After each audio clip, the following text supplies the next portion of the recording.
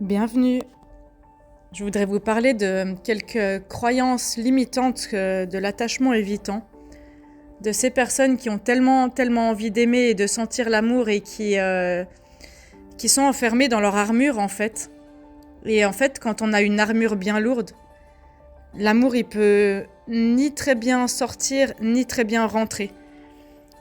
Je vous rappelle un truc, c'est que c'est des personnes comme tout le monde qui ont juste été très blessées dans l'enfance la plupart du temps et qui ont fait l'expérience très tôt qu'on les mette de côté, qu'on leur donne pas de validation émotionnelle, d'empathie.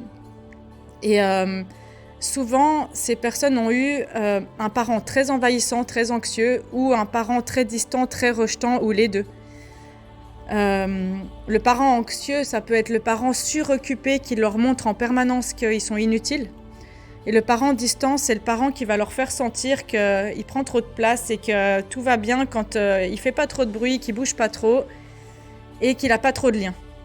Du coup, c'est des enfants qui se sont construits en s'isolant dans leur bulle d'une manière ou d'une autre. Et c'est des personnes en fait qui ont envie de sentir l'amour comme toutes les autres, et on peut en sortir, ça se travaille avec de la patience, avec de l'accompagnement, avec une volonté en fait de changer et d'affronter ses peurs. Parce que c'est pas parce qu'on sait qu'on a des peurs qu'on arrive à les affronter tout de suite.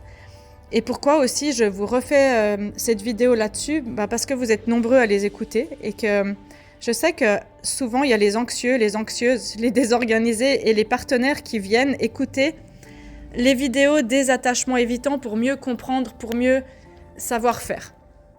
Et dans ce sens, je vous rappelle quelque chose de très important à mes yeux, c'est qu'il n'y a pas un style d'attachement qui est blessé, qui est mieux que l'autre. C'est-à-dire que, rappelez-vous une chose, c'est que qu'on soit anxieux, désorganisé, ambivalent ou évitant, on a tout autant de travail sur soi. Et ça, c'est important. C'est très important, parce que là où l'anxieux va tout le temps avoir peur d'être rejeté, l'anxieux va se sacrifier et tout faire pour deux. Et du coup, là où l'évitant ne va pas réussir à donner facilement. Mais en fait, le travail, quand on le regarde sous ce prisme, il est aussi important des deux côtés. Parce que je lis beaucoup de personnes en séance, dans les commentaires, qui disent « Oui, je dois attendre 10 000 ans qu'il se réveille, qu'elle se réveille, d'avoir un message et tout. » Oui, certes, je suis d'accord, mais souvent, vous en face, vous n'arrivez pas à exprimer clairement votre besoin de manière simple, calme et douce. Et du coup, ça vous demande tout autant de travail sur vous, de parvenir à faire ça, pour remettre de la sécurité aussi dans la relation. Parce que la blessure de rejet et d'abandon est tellement forte, vous en avez tellement marre, que du coup c'est difficile de rester zen et calme et de pas laisser sortir la tempête émotionnelle. Mais dites-vous que dans votre sens, c'est ce que vous avez à travailler, et le jour où vous vous choisissez réellement, où vous vous donnez réellement assez d'amour, vous dites stop et vous dites voilà ce que je veux vivre dans la relation, comme ça. Est-ce que tu as envie de faire le chemin de l'engagement avec moi et qu'on fasse ce chemin ou pas? Et vous êtes prêt à entendre et prête si la réponse elle est ou pas. Et du coup, je vais vous parler de quelques croyances qui enferment en fait les évitants dans leur armure et qui les blessent tout autant qu'ils blessent la relation. Parce qu'ils n'ont vraiment pas envie de blesser la relation. C'est une souffrance à long terme et ils reproduisent des comportements et des schémas la plupart du temps qui les isolent encore plus, alors que ce qu'ils veulent au fond de leur cœur, c'est d'être en lien. Il y a une croyance, c'est que l'autre m'étouffe et m'envahit tout le temps. En fait, les évitants ont la fâcheuse et l'heureuse tendance de se mettre avec une personne qui va les chercher en permanence, qui va leur demander comment ils vont, qui va se plier en quatre en fait, qui va tout faire pour eux ou pour elles. Et puis, d'un côté, ça les aide parce que eux, ils n'arrivent pas à revenir facilement dans la relation, et d'un autre côté, ils se sentent étouffés en permanence. Et du coup, cette croyance qui dit l'autre m'étouffe, elle les enferme dans une rigidité corporelle et d'esprit qui les met dans une hypervigilance constante et qui reproduit leur mécanisme de fuite. Donc c'est très anxiogène et ça signifie que dès que je m'ouvre, en fait, si j'ai le malheur de donner le petit doigt, j'ai peur qu'on prenne le bras, l'épaule et qu'on qu'on m'annihile tout entier, tout entière, et que j'en ai pour 5 heures de discussion. Donc ça, c'est important aussi d'y aller calmement et des fois de prendre la responsabilité de l'émotion en face, de dire bah oui, là je suis activée et j'ai besoin que tu viennes vers moi là dans les 2 jours parce que là oui, effectivement, je suis anxieux en face. Et de prendre cette responsabilité de votre émotion, ça aide beaucoup dans la relation. Une autre croyance, c'est de faire des excuses et de faire amende honorable. Demander pardon pour l'attachement évitant, c'est quelque chose de très très douloureux. Parce qu'en fait, souvent, ils vont projeter, ils vont dire « Non, c'est toi qui tues, blablabla. Bla, bla, bla. » Utiliser le « tu qui tue ». Et pour eux, c'est faire preuve de faiblesse. Donc, on est d'accord qu'à la base, c'est une blessure d'orgueil, d'ego. Mais pour eux, réussir à faire amende honorable et à venir s'excuser après un acte, c'est reconnaître qu'ils se sont trompés, qu'ils n'ont pas été parfaits, qu'ils n'ont pas été à la hauteur et qu'ils n'ont pas été assez. Et en fait, pour eux ou pour elles, c'est hyper stressant parce que ça signifie qu'ils sont démasqués, qu'on va lui en vouloir, qu'il y aura une représaille après qui va leur tomber dessus et que du coup, qu'ils vont se faire rejeter. Du coup, ils ont beaucoup de mal et ils voient souvent, les évitants, ils voient souvent les défauts de l'autre, la désorganisation, la dissociation, le trop d'émotions, le trop plein, le trop de paroles, le trop. Mais eux, de leur côté, ils se jugent souvent ne pas créer d'ennui, ne pas créer de soucis. Et en fait, c'est aussi comme ça qu'ils protègent la relation. Il faut aussi voir la beauté de la chose. C'est qu'en fait, quand ils viennent pas dans la discussion, ils ont aussi la sensation qu'ils vont protéger l'espace, puis comme ça évite des conflits. Alors on est d'accord, au bout d'un moment, il faut briser la glace et parler des choses, sinon on n'avance pas.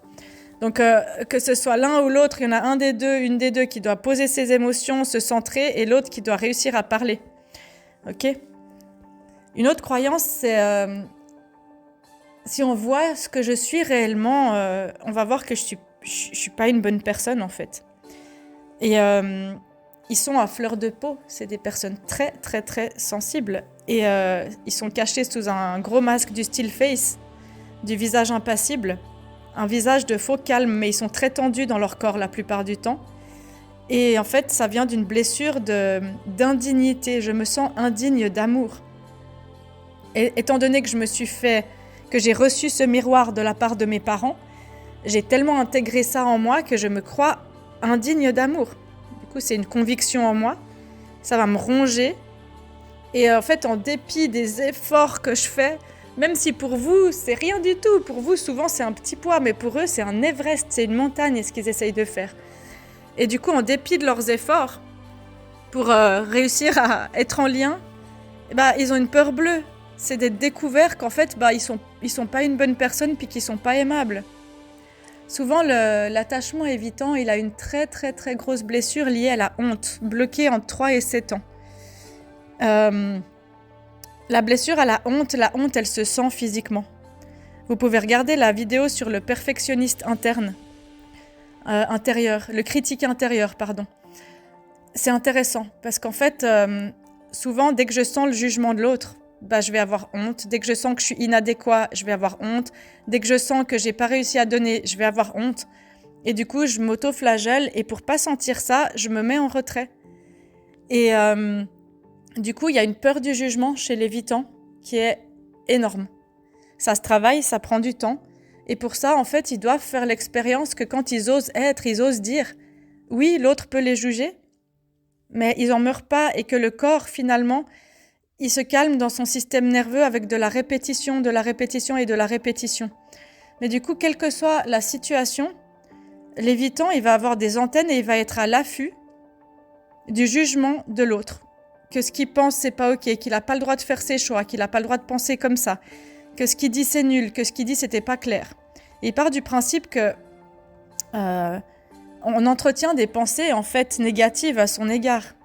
Puis du coup, en apparence, il semble super calme, ou parfois très condescendant, et ça parle surtout de ses peurs, pas de ce qu'il est ou ce qu'elle est réellement dedans.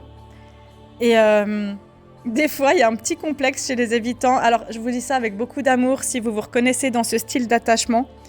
Il y a un petit complexe de supériorité intellectuelle. Parce que la plupart du temps, pas tous, mais la plupart du temps, l'attachement évitant, c'est des personnes rationnelles à la base. les matheux, les scientifiques, les informaticiens. Et c'est des personnes qui, depuis tout petites, observent le monde et les autres. Et du coup, ils disent rien. Et en fait, ils jugent aussi beaucoup les autres dans leur tête. Mais du coup, ils ont tellement peur du jugement, puis eux-mêmes jugent. Et du coup, ils observent tellement, ils ont tellement d'antennes qu'ils se sentent aussi parfois en supériorité. Et ça les empêche de créer le lien avec l'autre. De dire « Ah, c'est ça ce que tu penses. Ah, c'est ça. » Et de s'intéresser. Parce que comme ils se sentent étouffés tout le temps, ils ont du mal à aller visiter le monde de l'autre. Ok ? Une autre croyance qu'ils entretiennent à l'intérieur d'eux-mêmes, c'est qu'ils n'ont absolument rien à donner, à offrir à la relation. Et ça les paralyse. Et à la place d'essayer plein de petits pas trop mignons, tout choux, qui entretiennent le lien et la sécurité au quotidien, ils se figent et ils font rien du tout. Ou alors ils font quand ils sentent que l'autre s'éloigne vraiment. En fait, ils se sentent incapables de nourrir la relation de manière satisfaisante, de manière belle, sur le long terme. Et souvent, ça, c'est inconscient. Du coup, ils se voient déficients et ils voient qu'émotionnellement, l'autre leur reproche leur manque de compassion, d'empathie, et ils en pâtissent en fait. Et ils sont hyper vite épuisés par le lien. Les évitants, ils sont tellement crispés et ils dissocient beaucoup. Et au niveau de leur système nerveux, c'est des personnes très sensibles. Quand il y a trop de stimuli, ils se mettent en retrait. Du coup, ils sont vite épuisés par le lien et ils en déduisent qu'on va les quitter pour ça. Qu'on va les quitter parce qu'ils n'ont rien à donner, rien à offrir. Du coup, ils préfèrent anticiper et partir en premier et rejeter plutôt que d'essayer une relation à long terme où on leur laisse le temps et où ils s'impliquent en faisant plein de petits pas. Une autre croyance très forte, c'est qu'ils doivent en permanence contrôler l'image qu'ils renvoient au monde. Qu'ils doivent envoyer une image parfaite, lisse, qui va bien avec tout le monde, qui arrondit les angles. Et souvent, les évitants, ils ont un gros masque social de l'humour. C'est des personnes qui font beaucoup d'humour dans le public. Et ils alternent entre ça ou alors le visage peu expressif du still face et ils rentrent pas dans des conversations qui sont profondes. Tout ce qui est émotionnel, de parler des ressentis, c'est difficile. Par contre, ce qui est des débats politiques et de ce qui se passe dans le monde, de la spiritualité, de sujets, en fait, là, ils sont doués. Et en fait, ça les rassure. Parce qu'ils souhaitent, en fait, renvoyer une image qui est rassurante, qui est comment on dit, qui est expérimentée, pour que les autres, ils n'aillent pas dans l'émotionnel en leur présence et que pour que les autres, ils puissent pas se dire « Ah, lui ou elle, il est nul, elle est nulle ». Et du coup, c'est aussi une souffrance d'être enfermé dans tous ces costumes-là. Donc, il y a des croyances dans l'attachement évitant qui sont négatives sur eux-mêmes, sur elles-mêmes. Le lien social, le lien affectif en vulnérabilité, il est compliqué à cause du sentiment d'étouffement et à cause de la blessure et à cause de la peur du jugement. Donc, parler à partir du « je ressens, ce que je voudrais c'est », ça marche beaucoup mieux que le « tu fais pas, tu me donnes pas ». Et c'est très anxiogène pour un évitant d'être vu pour qui il est. Et c'est ce que font les anxieux. Les anxieux, ils se fondent dans l'autre, donc ils sont tout le temps en train de scanner l'intérieur de l'autre. Et du coup, l'évitant, il est content parce que, comme je disais dans l'autre vidéo, inconsciemment, il veut quelqu'un qui le comprenne tout seul sans qu'il ait rien à faire. Et d'un autre côté, ça lui fait méga peur. Ça lui fait flipper. Parce qu'il a cette peur que si on me voit comme ça, on pourrait me rejeter. Donc si vous vous reconnaissez là-dedans, dites-vous que ne vous mettez pas dans une case, dites-vous on peut tout recommencer chaque jour. J'ai compris ça de moi, qu'est-ce que je fais pour le travailler un petit peu tous les jours et qu'est-ce que je fais pour affronter ma peur et mon figement. Qu'est-ce que je fais pour aller travailler mon système nerveux, du sport, de la danse. Qu'est-ce qui me ferait kiffer de faire que j'ose pas faire? Allez, je me lance. Et d'aller vous faire aider, d'apprendre l'émotion, d'apprendre la vulnérabilité, d'apprendre que je peux rester en face d'une personne qui a des émotions sans me mettre dans mon costume de survie, du masque social du sourire ou du figement. Et petit à petit, je vais voir que j'évolue, je vais voir qu'il y a quelque chose qui se répare de l'enfance et que je peux vivre une belle relation et que c'est possible. Et du coup, pour les évitants et les évitantes, faites ce choix pour vous-même. Faites pas ce choix parce qu'on vous le demande. Faites ce choix d'amour, de guérison profonde pour vous. Parce que vous méritez de sentir l'amour. Et en général, moi je suis entourée de tortues dans ma vie. Et j'ai un gros côté tortue aussi. Et je sais que vous êtes des personnes brillantes. Vous êtes des personnes magnifiques. Et quand vous osez être et montrer ce qu'il y a dedans, c'est très, très lumineux. C'est une grande lumière qui illumine le monde. Alors, osez vous dévoiler, osez déranger. Osez vous entourer des personnes qui vous aiment tels que vous êtes quand vous osez sortir de la carapace de la tortue, parce que vous avez beaucoup de belles choses à apporter, que ce soit dans votre relation et au monde, et travaillez ces croyances limitantes qui vous enferment. Travaillez-les et vous allez voir laisser la magie opérer. Voilà pour le petit mot du jour. Alors n'hésitez pas à partager ces vidéos si ça vous plaît, à me dire si vous voulez d'autres sujets. Moi je vous dis merci pour votre écoute. N'hésitez pas à vous abonner parce que ça soutient cette chaîne et ça répand ces messages d'amour, de bienveillance, de lien, de guérison. Et à tout bientôt.